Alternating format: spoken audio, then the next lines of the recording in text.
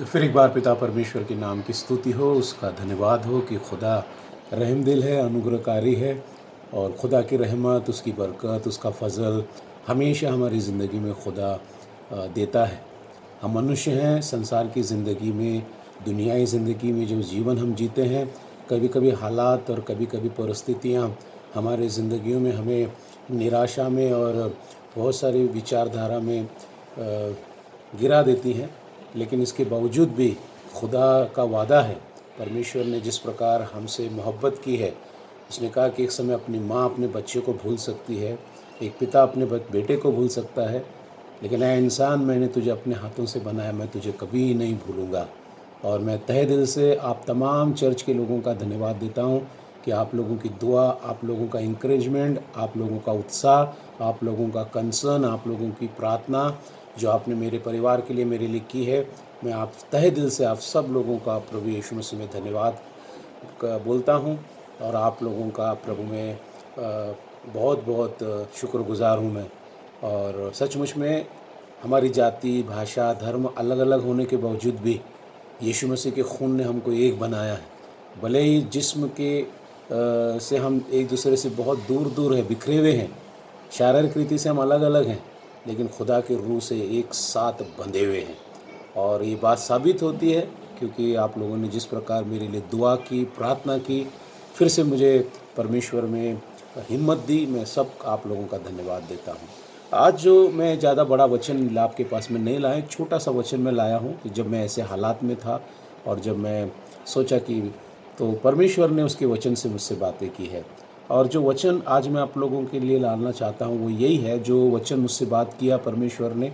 और वचन का शीर्षक था, वो था कि to give hope to man. परमेश्वर का वचन जो है वो इंसान को जो है आशा देता है।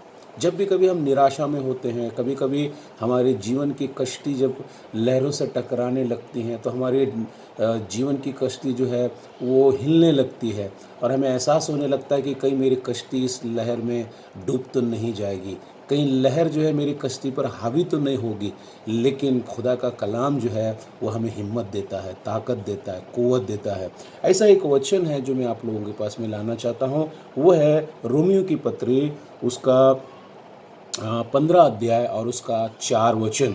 और यहाँ इस प्रकार लिखा हुआ है, रोमियो की पत्री, रोमन्स चैप्टर 15 वर्स 4, रोमियो की पत्री 15 अध्याय और 4 वचन। यहाँ लिखा है, जितनी बातें पहले से लिखी गई हैं वे हमारी ही शिक्षा के लिए लिखी गई हैं कि हम धीरज और पवित्र शास्त्र के प्रोत्साहन द्वारा आशा रखें। हाँ, ये बहुत बड़ी बात है। जो भी चीज़ें हमारी ज़िंदगी में होती हैं, कभी कभी हालात तंग आते हैं, कभी बीमारी आती है, कभी संकट आती है, वो कहता है कि हमारी शिक्षा के लिए लिखी गई हैं। ये सारी चीज़ें हमें जो है वो स्ट्रेंथन देने के लिए, हमें मजबूत करने के लिए, इसलिए परमेश्वर कहता है धीरज और पवित्र शास्त्र के प्रोत्साहन द्वारा आशा रख, है ना, to give hope to man. परमेश्वर का कलाम कहता है कि तू क्या कर, तू धीरज रख और पवित्र शास्त्र के प्रोत्साहन द्वारा जो है तो आशा रख। परमेश्वर का वचन जो है वो हमारे जीवन में जो है आशा लाता है। हमें कहता है कि धीरज के साथ हमें जो है उस चीज़ों में आगे बढ़ना है।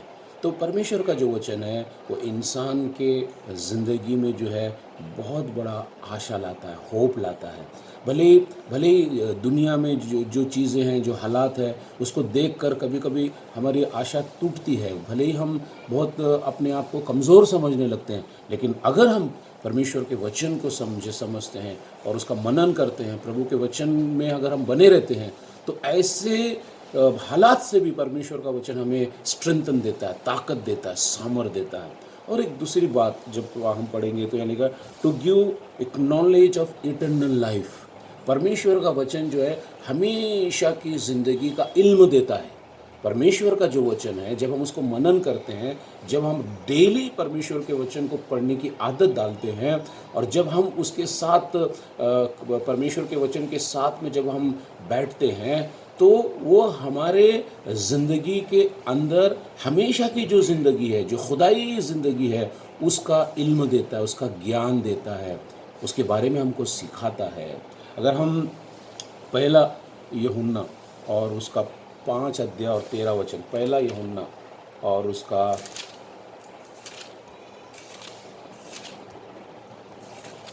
पहला यूहन्ना 5 अध्याय और उसका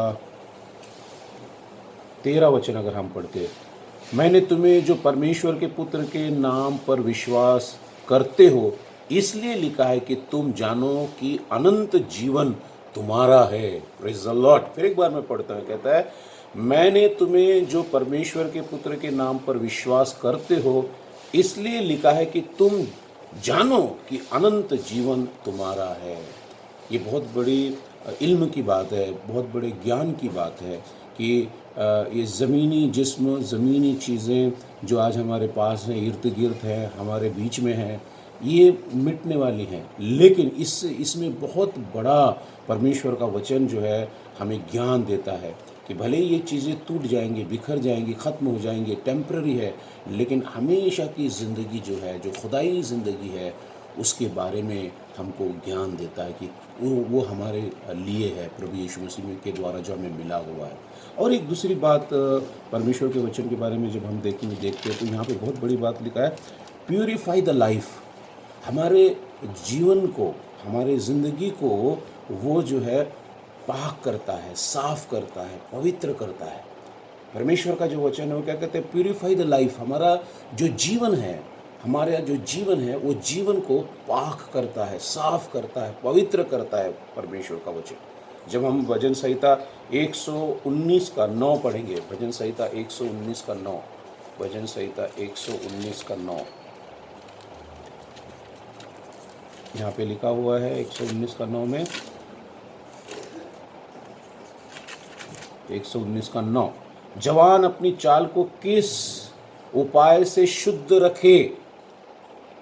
फिर एक बार पढ़ता हूं मैं, जवान अपनी चाल को किस उपाय से शुद्ध रखे, तेरे वचन के अनुसार सावधान रहने से। Praise the Lord. जब हम दुनिया में चलते तो आजमाइशें हैं, परीक्षाएं हैं, टेम्पटेशन है, लेकिन इसके बावजूद भी बहुत बेहतरीन हमारे लिए इसमें से बचने के लिए, आजमाइश से बचने के लिए, परीक्षा से बचने के लिए, टेम्पटेशन से बचने के लिए हम देखते हैं कि बार बार जो है हमारे ज़िंदगी के अंदर जो है बहुत सारे आजमाइशें आती हैं, परीक्षाएं आती हैं, लेकिन इसमें हमको जो है सावधान रखने के लिए, हमें होश में लाने के लिए, हमारे अंदर जागरूकता पैदा करने के लिए वो क्या है, परमेश्वर का वचन। इसलिए कि जवान अपनी चाल को किस प्रकार शुद्ध रख सकता है, वो कहता है तेरे वचन के अनुसार सावधान रहने से।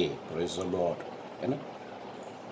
देखो, जब हम ट्रैफिक में जाते हैं और जब हम कार चलाते हैं, अगर वहाँ पर रेड और ग्रीन कलर की अगर लाइट नहीं होगी तो क्या होता है, वहाँ पर रश हो जाता है, जिधर लोग जाते हैं उधर चले जाते हैं और ट्रैफिक जाम हो जाता है, गाड़ियाँ एक दूसरे से टकराने लगती हैं।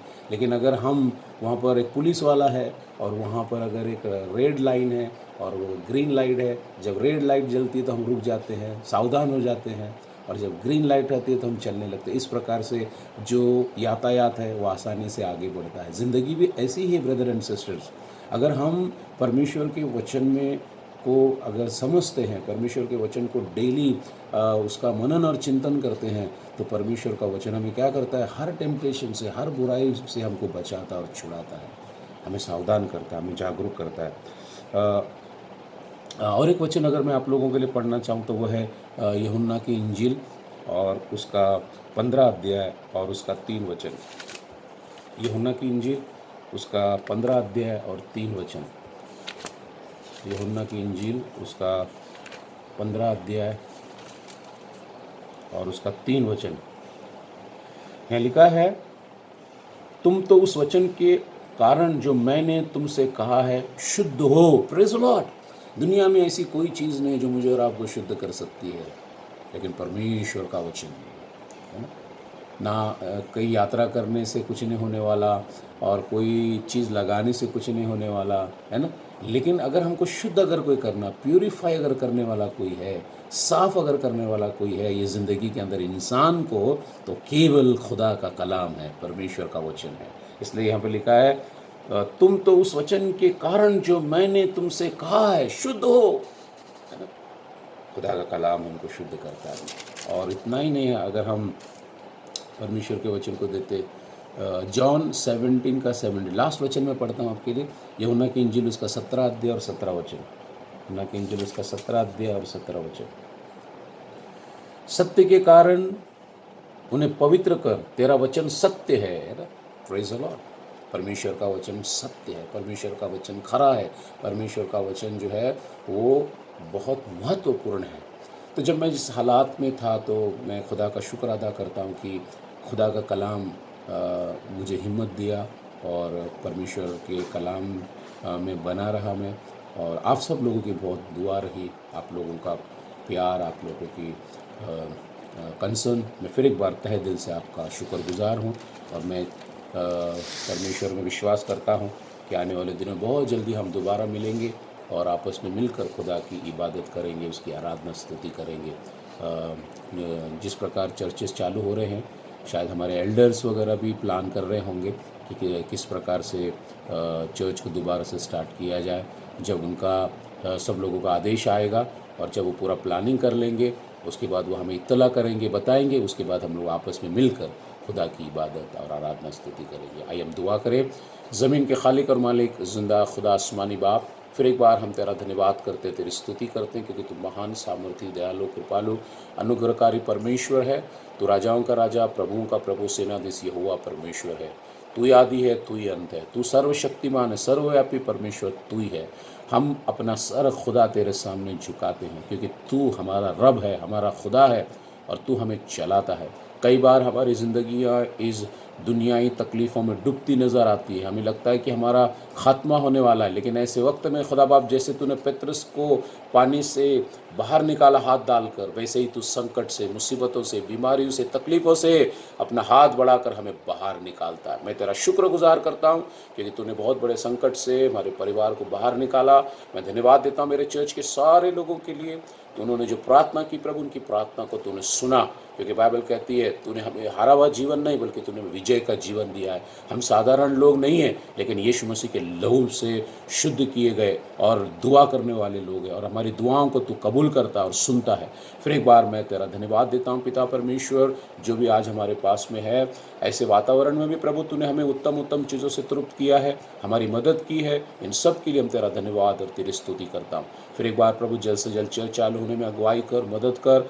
हमारे एल्डर्स को तेरे हाथों में देता हूँ प्रभु, आप बेहतरीन तरीके से प्लान आउट करें और प्रभु जो भी गवर्नमेंट के रूल्स रेगुलेशन को फॉलो करते हुए प्रभु हम तेरे कार्य में आगे बढ़े प्रभु, ऐसी कृपा और दया कर प्रभु। फिर एक बार मैं अपने चर्च के यंग बच्चों के लिए, यूथ के लिए प्रार्थना करता हूँ, संडे स्कूल के बच्चों के लिए प्रार्थना करता हूँ, अपनी लेडीज़, अपनी बहनों के लिए, अपनी माँ और पिता के लिए मैं प्रार्थना करता हूँ प्रभु। उन सब पर तेरी रहमत और तेरे फजल और तेरे अनुग्रह कृपा का हाथ तू रख। जो बच्चे काम करते प्रभु, आने जाने में उनकी अगुवाई कर, उनकी मदद कर। जिनका बिजनेस है उनके बिजनेस को मल्टीप्लाई कर प्रभु, अच्छी सेहत दे और तंदुरुस्ती दे प्रभु, हर संकट से उन्हें बचा और छुड़ा। फिर एक बार आज का दिन तूने जब हमें दिया है, आज की इबादत होने में तूने हमारी अगुवाई की, मदद की, सहायता की, इन सब बातों के लिए मैं तेरा धन्यवाद करता हूँ। फिर एक बार प्रभु मेरे परिवार पर तेरे अनुग्रह कृपा का हाथ रख और तेरे विश्वास में, तेरे ईमान में तो हमको चला, आने वाले संकट से तो हमको बचा और छुड़ा। आदर महिमा गौरव पिता तुझे देते हुए यीशु के नाम से मांगता हूँ, सुनर कबूल कर, आमीन। प्रभु आप सबको बहुत आशीष दे, आमीन। Praise the Lord.